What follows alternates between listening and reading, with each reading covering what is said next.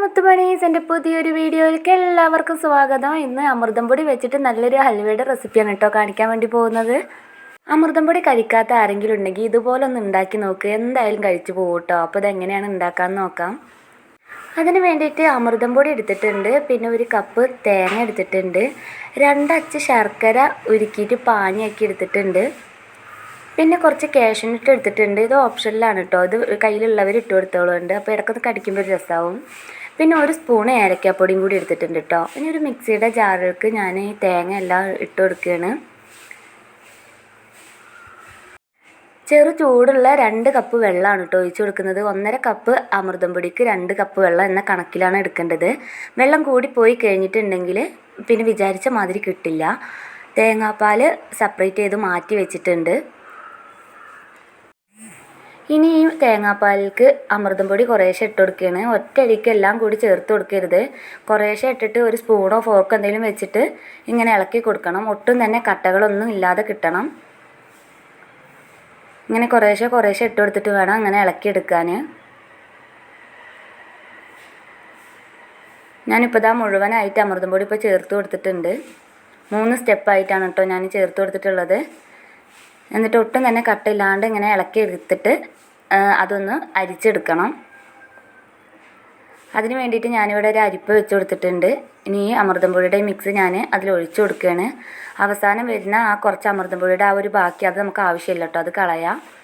എന്നിട്ട് എല്ലാം കൂടി നന്നായിട്ട് ഇളക്കി കൊടുക്കുക. ഒട്ടും കട്ടകളൊന്നും ഇല്ലല്ലോ എന്നുള്ളത് ഉറപ്പ് വരുത്താൻ വേണ്ടിയിട്ടാണ് ഇളക്കി കൊടുക്കേണ്ടത്.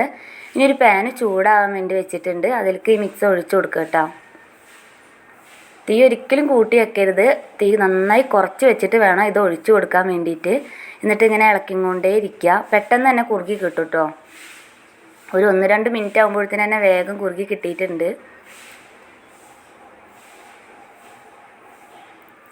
ഇപ്പോൾ അതാ കുറേശ്ശെ കുറുകി വരാൻ തുടങ്ങിയിട്ടുണ്ട്. ഇത് കൈയെടുക്കാതെ ഇളക്കിക്കൊണ്ടേ ഇരിക്കണം കേട്ടോ.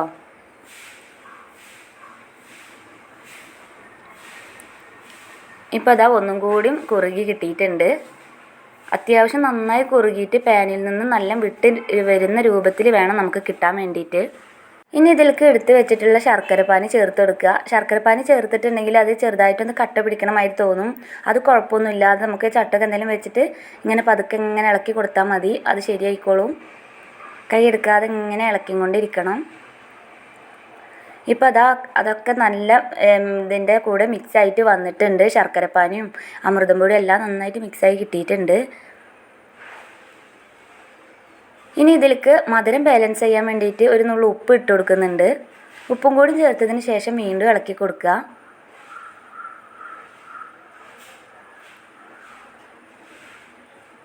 അത്യാവശ്യം നന്നായിട്ടൊന്ന് കുറുകി കിട്ടണം കേട്ടോ, അതുവരെ ഒന്ന് ഇളക്കി കൊടുക്കുക. ഇനി ഇതിലേക്ക് അടുത്തത് ചേർത്ത് കൊടുക്കുന്നത് ഏലക്കപ്പൊടിയാണ്. ഒരു ഫ്ലേവറിന് വേണ്ടിയിട്ട് 1 സ്പൂൺ ഏലക്കപ്പൊടി ചേർത്ത് കൊടുത്തിട്ടുണ്ട്. അതും കൂടി ചേർത്തിട്ട് വീണ്ടും നന്നായിട്ടൊന്ന് ഇളക്കി കൊടുക്കാം കേട്ടോ. ഇപ്പോൾ ഏകദേശം ഒരു ലെവലായി വരുന്നുണ്ട്. പാനിൽ നിന്നൊക്കെ വിട്ട് വരുന്ന ഒരു രീതിയിൽ എത്തിയിട്ടുണ്ട്. ഇനി ഇതിൽ അടുത്തത് ചേർത്ത് കൊടുക്കുന്നത് കാഷ്യൂനട്ടാണ് കേട്ടോ.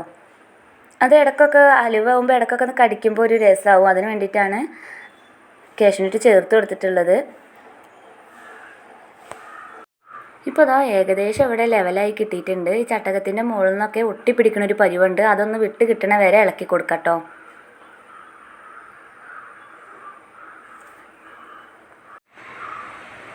ഇപ്പോൾ അതാ പാനിൽ നിന്നും ചട്ടകത്തിൽ നിന്നൊക്കെ വിട്ട് കിട്ടിയിട്ടുണ്ട് കേട്ടോ. ഇത് ഇത്രയും തന്നെ മതിയാവും. ഇനി നമുക്ക് സ്റ്റൗ ഓഫ് ചെയ്യാം.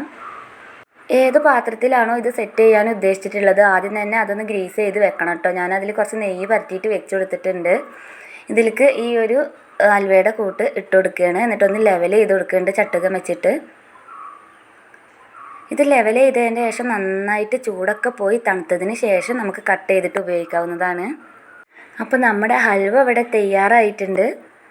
ഇന്നത്തെ വീഡിയോ എല്ലാവർക്കും ഇഷ്ടമായി എന്ന് കരുതുന്നു. ഇഷ്ടമായിട്ടുണ്ടെങ്കിൽ പ്ലീസ് സപ്പോർട്ട് ചെയ്യണേ. നാളെ മറ്റൊരു വീഡിയോയുമായി നമുക്ക് വീണ്ടും കാണാം. അതുവരെ ബൈ ബൈ.